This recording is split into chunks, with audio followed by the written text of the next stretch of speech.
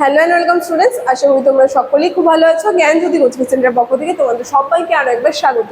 তো আমি মীরা ম্যাম, আমি আজ তোমরা যা যা এসকেবি ইউনিভার্সিটি আন্ডারে পড়ছো, first same minor Bengali paper যাদের যাদের রয়েছে, সেই সিলেবাস নিয়ে আজ যে টপিকটি নিয়ে আমি আলোচনা করব সেটা হচ্ছে প্রবাসী পত্রিকা সম্পর্কে আলোচনা করব কিন্তু আজকে ক্লাসে আমি তোমাদের সঙ্গে। ঠিক আছে, ক্লাসটি শুরু করার পূর্বে আগে তোমাদের সঙ্গে একটা খুবই গুরুত্বপূর্ণ ইনফরমেশন আমি জানিয়ে দিয়ে যাই।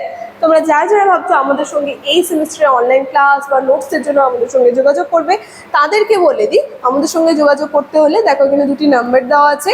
এই নাম্বার দুটির মধ্যে যে কোনো একটি নাম্বারে কল করে কিন্তু তোমরা আমাদের সঙ্গে যুক্ত হয়ে যেতে পারবে।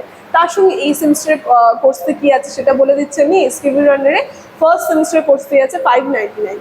তাহলে যে কোনো একটি নাম্বারের সঙ্গে যোগাযোগ করে কিন্তু তোমরা আমাদের সঙ্গে যুক্ত হয়ে যেতে পারবে। ঠিক আছে, তাহলে আলোচনায় আমি চলে যাচ্ছি।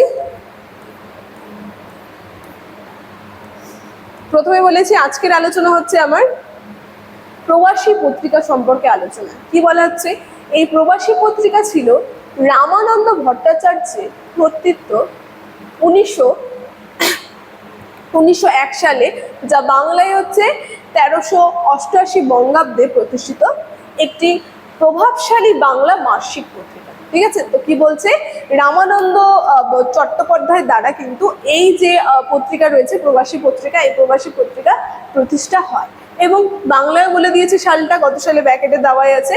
আর এটা হচ্ছে বাংলা একটা মাসিক পত্রিকা। ঠিক আছে, যা বিংশ শতাব্দীর প্রথমার্ধে বাঙালি সংস্কৃতি, সাহিত্য, সমাজ, অর্থনীতি, শিক্ষা, রাজনীতি, মানে বিভিন্ন বিষয় আমরা দেখতে পাচ্ছি, সাহিত্য, তারপরে সংস্কৃতি, সমাজ, রাজনীতি, শিক্ষা, তার পাশাপাশি কি বলছে সমস্ত প্রতিছবি হিসেবে কাজ কিন্তু করেছিল এই পত্রিকা। ঠিক আছে, মানে বিভিন্ন বিষয়, অর্থনীতি, সংস্কৃতি, রাজনীতি, ইতিহাস, সমস্ত বিষয় নিয়ে কিন্তু কাজ করেছিল এই প্রবাসী পত্রিকা।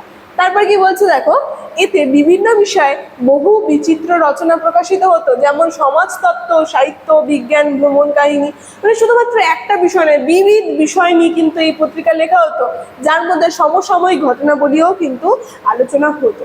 ঠিক আছে, তো কি বলছে, রবীন্দ্রনাথের অনুপ্রেরণায় হারামণি যে আছে, এই জায়গাটাও ভালো করে দেখবে, এই জায়গাটাও ইম্পর্টেন্ট রয়েছে।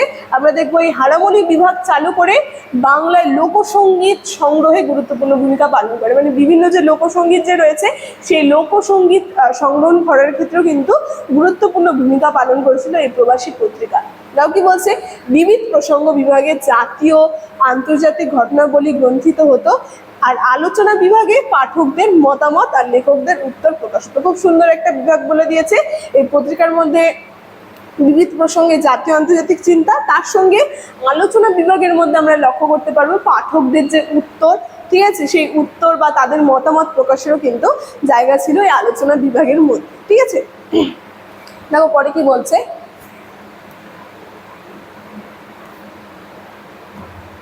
কিছু গুরুত্বপূর্ণ তথ্য আমরা জেনে নিই আরো এই প্রবাসী পত্রিকা সম্পর্কে। প্রতিষ্ঠাতা সম্পাদক প্রথমে বলেছি রামানন্দ চট্টোপাধ্যায়।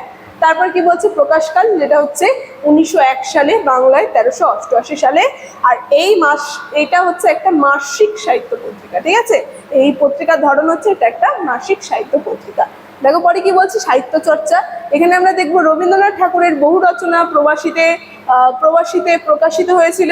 এছাড়া শরৎচন্দ্র চট্টোপাধ্যায়, প্রমোদ চৌধুরী, মহিতলাল মজুমদার প্রমুখের লেখা কিন্তু এতে প্রকাশ হয়। তাহলে ভাবো বিভিন্ন কবিদের লেখা কিন্তু এই যে প্রবাসী পত্রিকা রয়েছে, প্রবাসী পত্রিকার মধ্যে প্রকাশ পায়। সমাজ ও রাজনীতি, কি বলছে, জাতীয় আন্দোলনের সময় প্রবাসী সমকালীন রাজনৈতিক সামাজিক সমস্যার আলোচনা করে, যা সচেতনতা গড়ে তোলে। ঠিক আছে, মানে সমাজ রাজনীতি নিয়ে কিন্তু এই পত্রিকাটি আলোচনা করতে শুরু করে।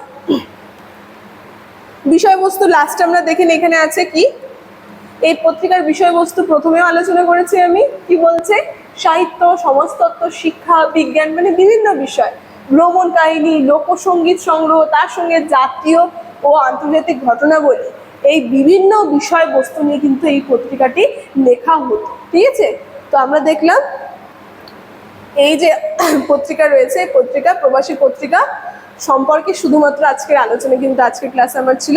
এই ইনফরমেশন নিয়ে ক্লাসের শুরুতে আমি আলোচনা করে দিয়েছি। আজকের আলোচনা আমি এখানেই রাখছি। ভিডিওটি শুরু থেকে শেষ অবধি দেখার জন্য থ্যাংক ইউ।